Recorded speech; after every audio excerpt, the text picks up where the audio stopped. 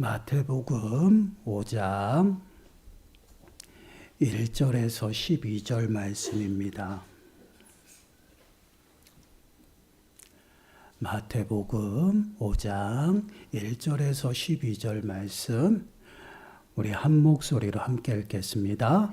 예수께서 무리를 보시고 산에 올라가 앉으시니 제자들이 나온지라 입을 열어 가르쳐 이르시되 심령이 가난한 자는 복이 있나니 천국이 그들의 것이며 애통하는 자는 복이 있나니 그들이 위로를 받을 것이며 온유한 자는 복이 있나니 그들이 땅을 기업으로 받을 것이며 의에 줄이고 목마른 자는 복이 있나니 그들이 배부를 것이며 긍휼히 여기는 자는 복이 있나니 그들이 긍휼히 여김을 받을 것이며 마음이 청결한 자는 복이 있나니 그들이 하나님을 볼 것이며 화평하게 하는 자는 복이 있나니 그들이 하나님의 아들이라 일컬음을 받을 것이며 의를 위하여 박해를 받은 자는 복이 있나니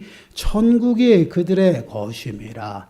나로 말미암아 너희를 욕하고 박해하고 거짓으로 너희를 거슬러 모든 악한 말을 할 때에는 너희에게 복이 있나니 기뻐하고 즐거워하라. 하늘에서 너희의 상이 큼이라.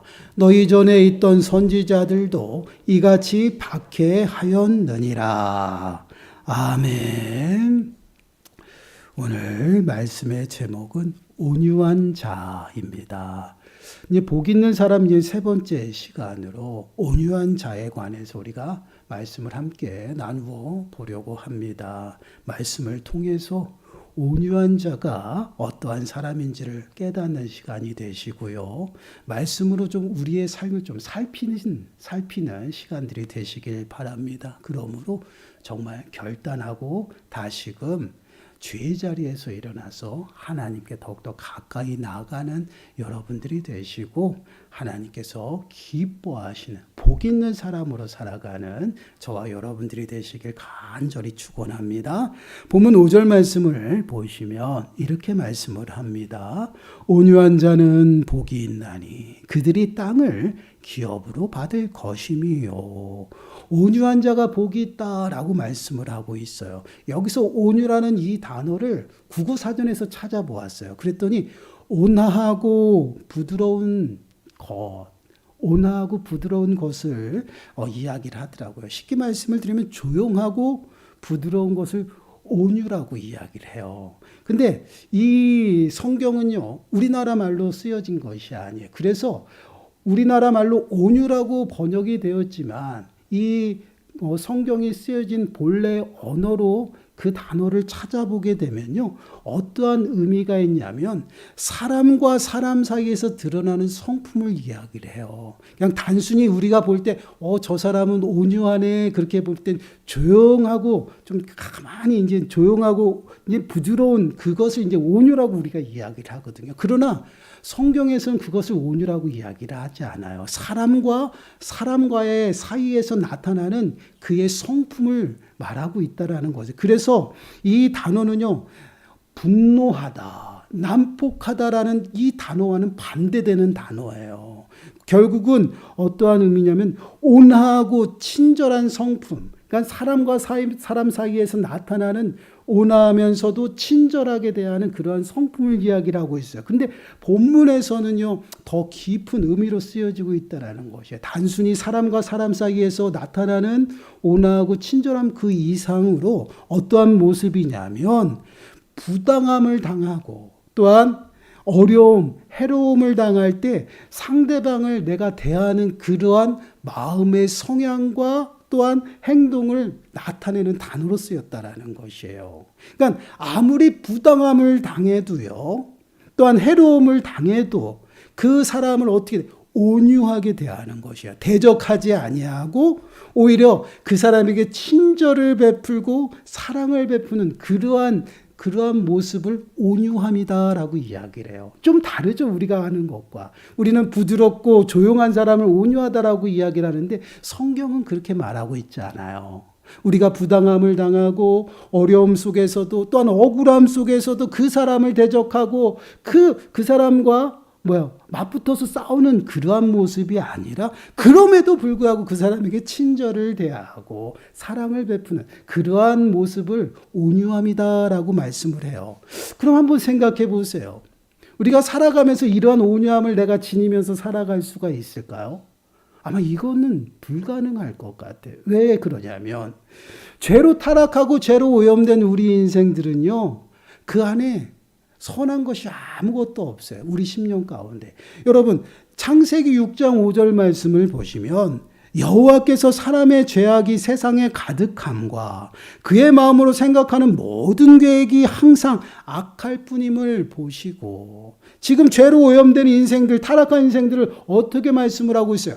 마음에 생각하는 모든 것들이 악하다라는 것이에요. 그 마음에 생각하는 것이 악한 것은 행동도 악하다라는 거. 왜 그렇습니까? 마음에서 있는 것들이 밖으로 드러나기 때문이죠. 그 이유는 우리 안에 선한 것이 아무것도 없기 때문에 그렇다라는 것이. 그래서 우리는요, 온유함을 가질 수가 없어요. 우리가 살아가는 모습을 보세요. 누가 우리에게 손해를 입히면 반드시 갚아줘야 돼요. 어떻게 갚아줍니까? 갑절로 갚아줘야죠.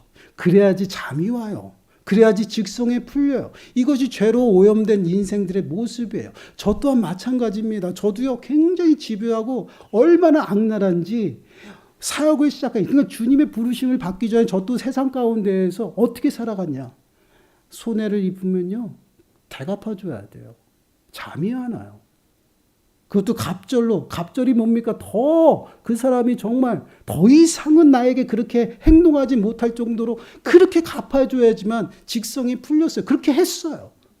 그러나 그러한 모습은요, 결국은 어떻게 죄로 오염된 그러한 인생의 모습이다라는 것이에요. 타락한 인생들이에요. 그렇기 때문에 부당함을 당하고 해로움 가운데서 손해를 입고 억울함 속에서 절대 우리들에게는요, 온유함이 나올 수 없다라는 것이에요.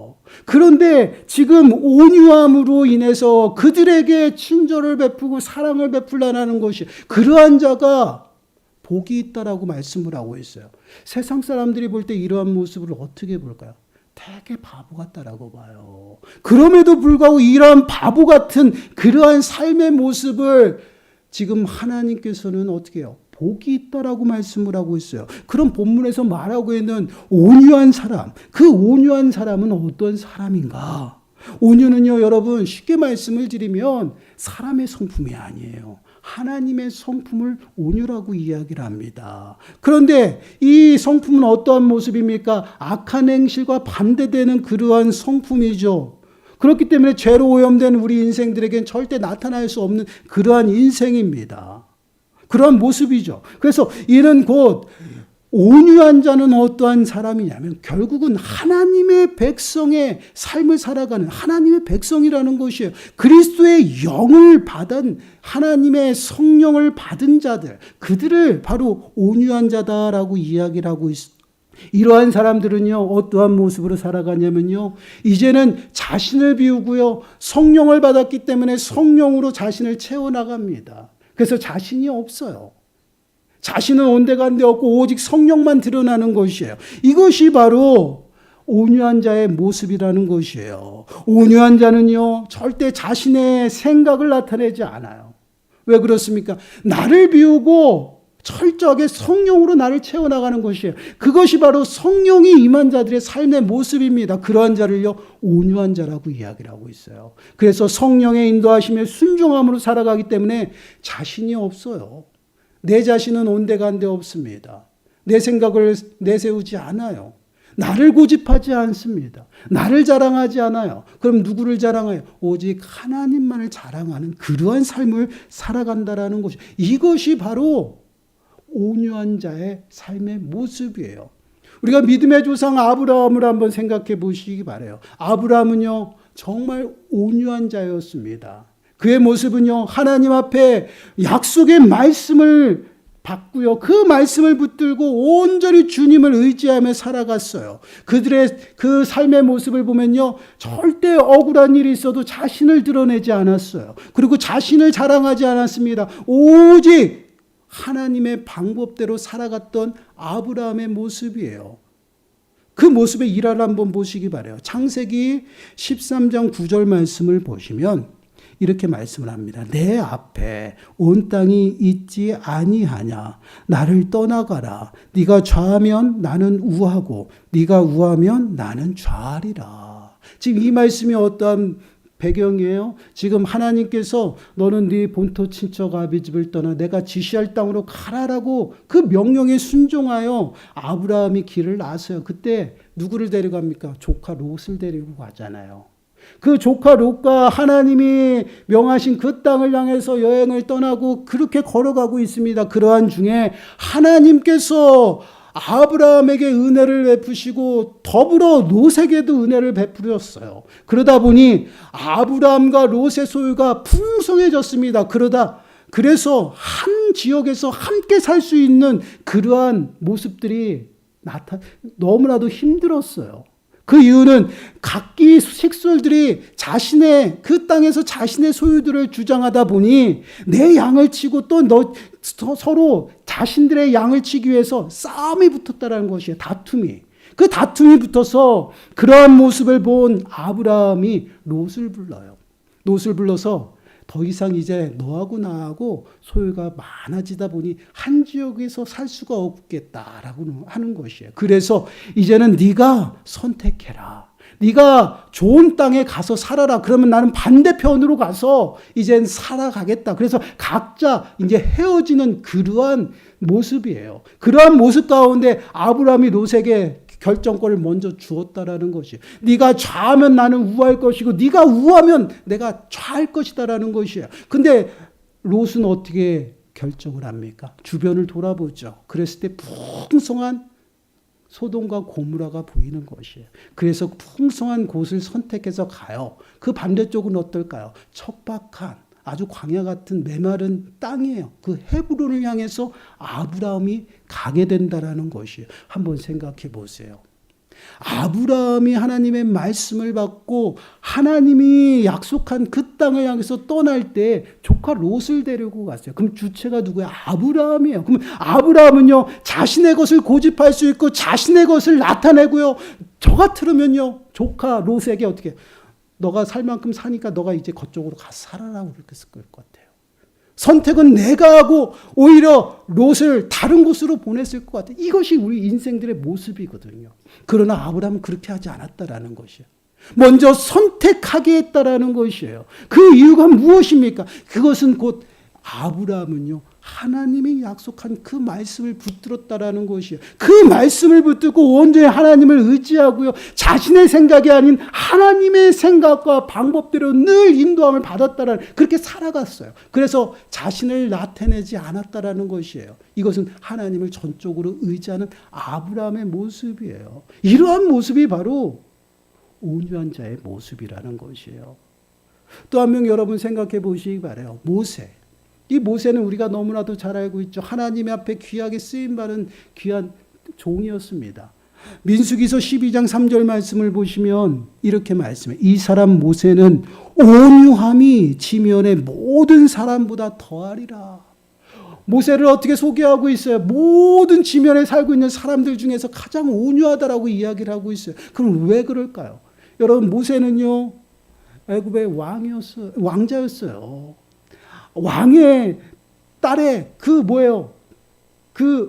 자식으로 입양이 되어서 모든 기득권을 다 누리며 살아갔다라는 것이에요. 그래서 그는 왕의 모든 권리와 권세, 더 나아가서 물질적인 풍요로움을 다 누릴 수 있는 그러한 자리에 있었어요. 그런데 그를 하나님께서 부르셔요. 그 부르심 속에서 모세가 자신의 신분을 깨닫고요, 자신이 지금 누리고 있는 모든 기득권을 다 내려놓았다라는 것이에요. 그리고 온전히 하나님의 부르심에 순종하여서 하나님의 그 인도하심에 순종하며 나가는 모세의 모습을 볼 수가 있어요. 그 모세를 어떻게 말씀을 하고 있어요? 온유함이 그 지면에 있는 사람들보다 더하다라는 것이요. 그것이 바로 온유한 자의 모습이다라는 것이요. 전적으로 내 생각과 내 방법이 아니라 나는 없고 오직 하나님의 중심과 하나님의 방법대로 살아가는 자, 그러한 자를 온유한 자라고 이야기를 해요. 이러한 모습은요, 우리를 위해 이 땅에 오신 예수 그리스도 그 하나 예수님한테도 찾아볼 수 있다라는 것이에요. 결국은 온유함의 산 증인은요, 바로 예수 그리스도셔요. 예수 그리스도 그 예수님은요, 하늘 보좌까지도 다 내려놓으시고 하나님 앞에 순종하여 그 구원 사역 가운데 온전히 순종하는 그러한 그 모습이 나타나잖아요. 이것은 뭐 내가 힘이 있어도 나를 자랑하지 않았어요. 권세가 있어도 오직 하나님의 권세입니다. 이것이 예수님의 모습이에요. 그러한 예수님의 모습을 이사야서는 이렇게 예언하고 있어요.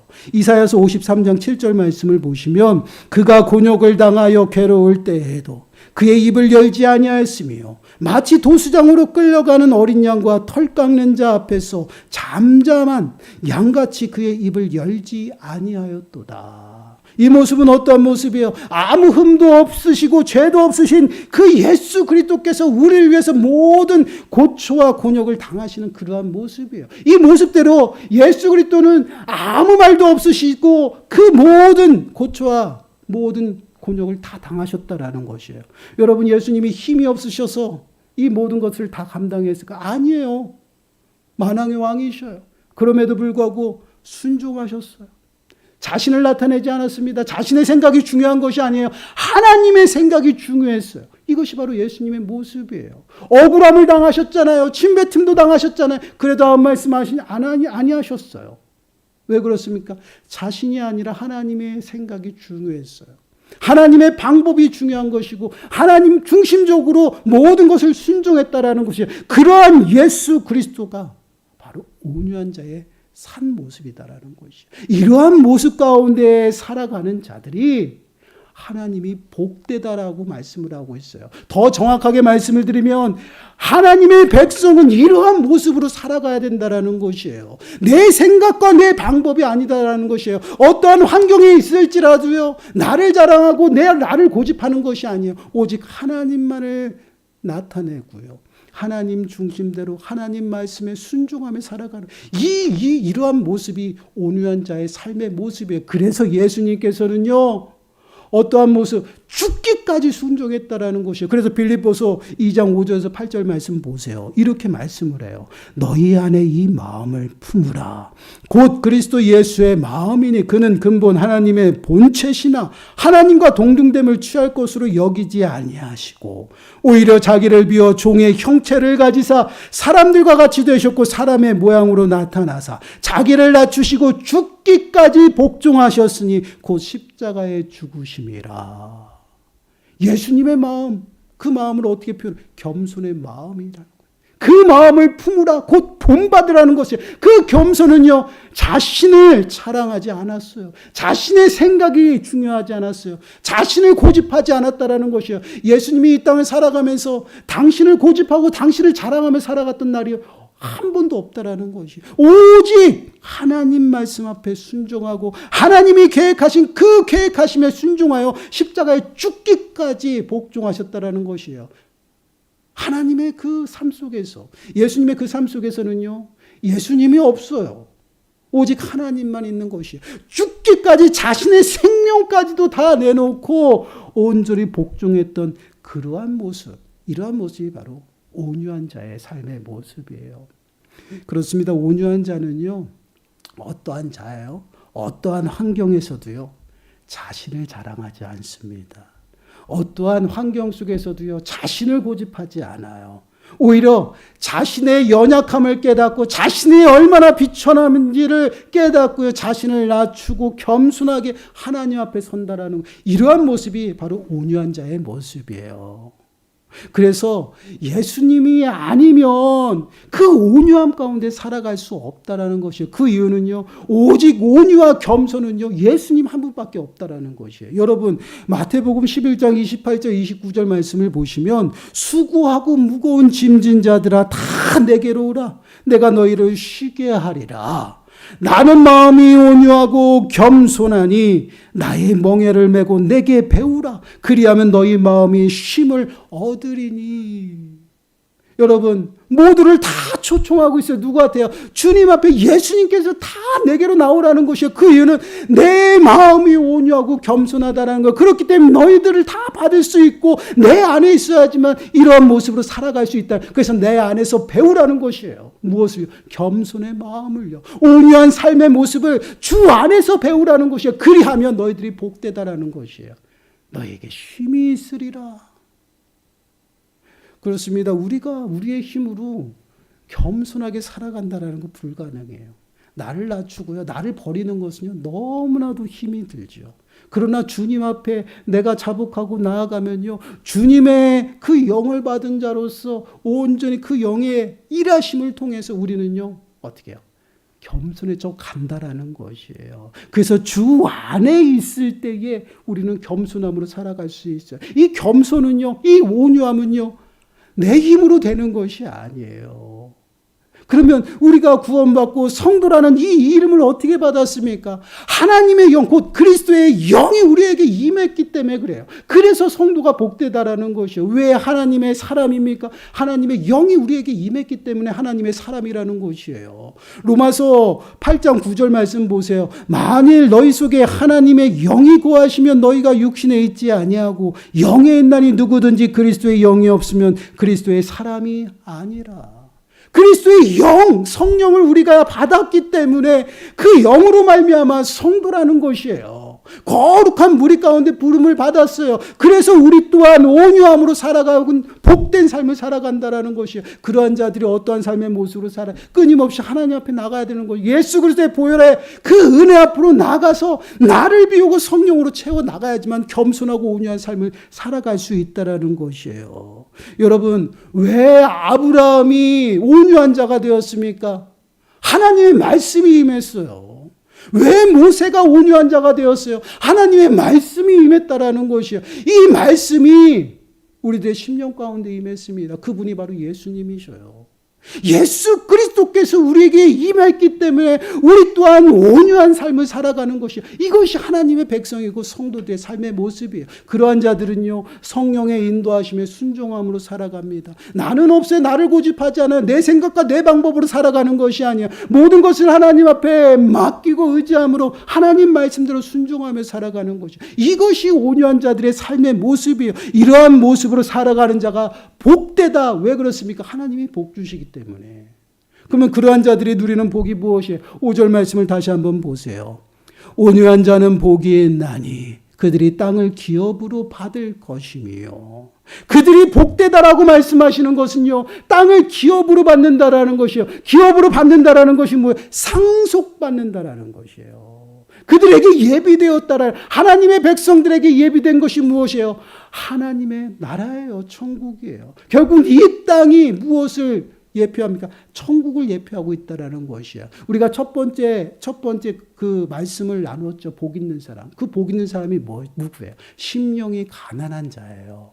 그 가난한 자와 온유한 자가 동일하다라는 것이에요.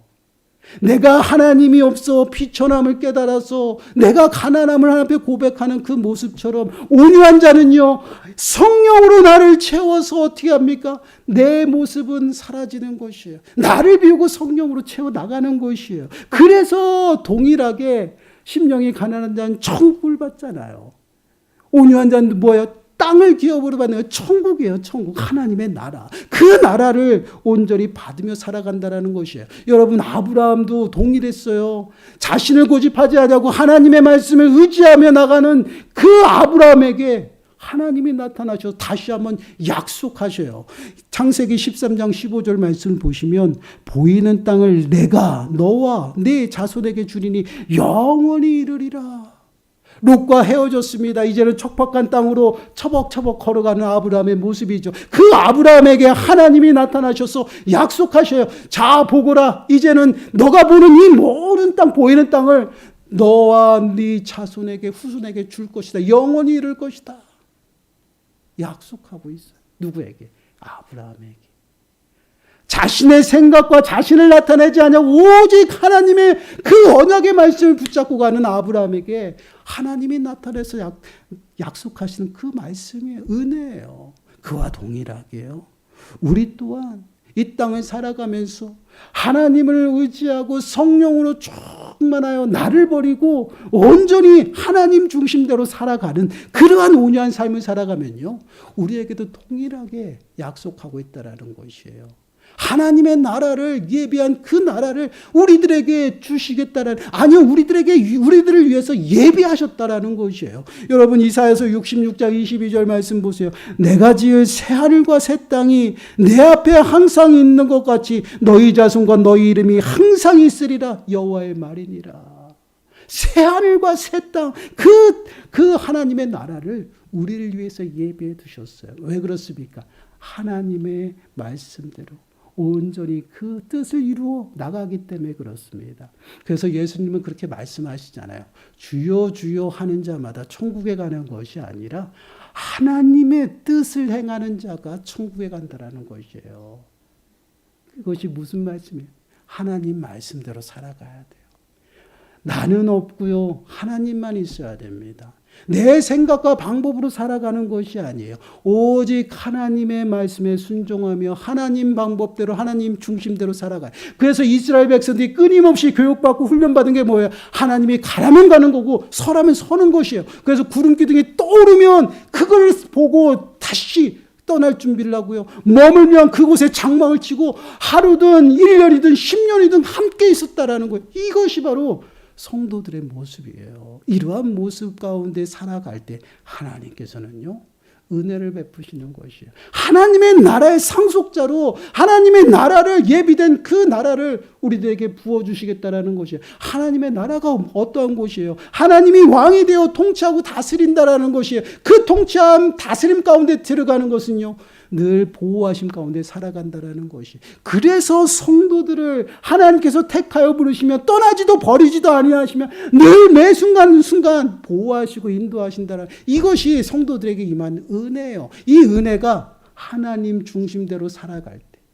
내 생각 방법이 아닌 하나님 방법대로 살아갈 때 이 은혜를 누리면서 살아간다라는 것이에요. 그래서 이 모든 것이요, 온전히 하나님의 은혜 가운데 이루어진다라는 것이에요. 아브라함에게 약속하신 이 육신의 땅조차도요, 하나님께서는 믿음으로 말미암아 주셨어요. 믿음으로 온전히 하나님을 의지하며 나아가는 그 아브라함에게 이 땅뿐만 아니라 장차 임할 하늘의 땅까지 기업으로 주셨다라는 것이에요. 그래서 로마서 4장 13절 말씀을 보시면 아브라함의 언약에 대해서 이렇게 이야기해요.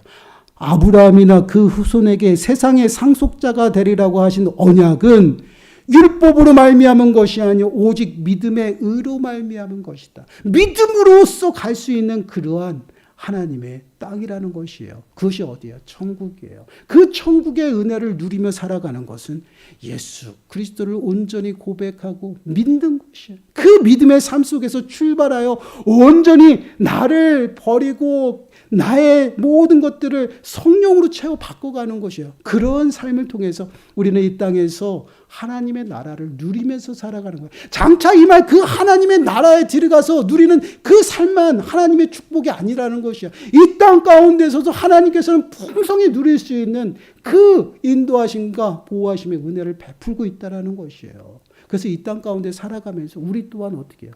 하나님의 은혜로, 더 나아가서는요, 하나님의 말씀대로 살아갈 때 그 은혜가 충만하게 되는 것이에요. 사랑하는 여러분, 한번 우리들의 삶의 모습을 한번 돌아보시기 바라요.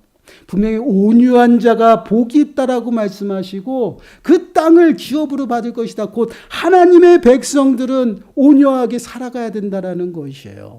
내 중심, 내 고집대로 나를 자랑하며 내 생각을 내세우며 살아가는 것이 아니라 오로지 하나님의 말씀 앞에 순종하고 하나님 중심 가운데 하나님의 생각으로 살아가야 된다라는 것이. 그러한 자가 어떻게 보면 바보 같고 미련해 보여요. 세상 사람들이 볼 때는요. 여러분 생각해 보세요. 오른편 뺨을 떼는데 왼편을 돌려대래요. 너희 보고 오리를 가자고 하면 천리까지 서슴치 않고 같이 가라고 이야기합니다. 이것이 무엇이에요? 바보예요. 근데 하나님은 이러한 자가 복이 있대요. 왜요? 하나님이 보호하시고 하나님 말씀대로 순종하고 하나님 생각대로 살아가기 때문에 그러한 자에게 하나님의 충만한 하나님의 나라가 임하여 살아간다라는 것, 은혜를 누리며 살아가는 것이에요. 우리는 과연 이러한 은혜를 우리들의 삶 가운데 누리고 살아가는지를 좀 돌아보시기 바라요. 나는 정말 하나님의 생각과 방법으로 온유한 삶을 살아가고 있는지, 아니면 온유한 자가 아니라 아직까지 옛 구습에 빠져서 정말 다툼과 시기와 질투로 꽁꽁 묶여서 내 생각과 내 방법으로 살아가고 있는 내가 아닌지를 한번 돌아보시길 바라요. 만약에 내 삶에 내가 주인이 되어 내 생각과 내 방법대로 살아간다면요, 하나님의 은혜를 누리지 못해요. 하나님을 보지 못합니다. 왜 우리가 어렵고 힘들고 또한 하나님의 은혜를 보지 못하느냐? 하나님이 인도하시는 그 길로 가지 않아서 그래요. 하나님의 생각과 방법대로 뜻대로 살아가지 않아서 그렇습니다. 쉽게 말씀드리면 오늘 본문에서 말씀하고 있는 것처럼 내가 온유한 자의 삶을 살아가지 않는다라는 것이에요. 과연 우리는 어떠한 모습으로 살아가는지 우리가 좀 말씀 위에 굳게 세워서 우리들의 삶을 좀 살피시기 바랍니다.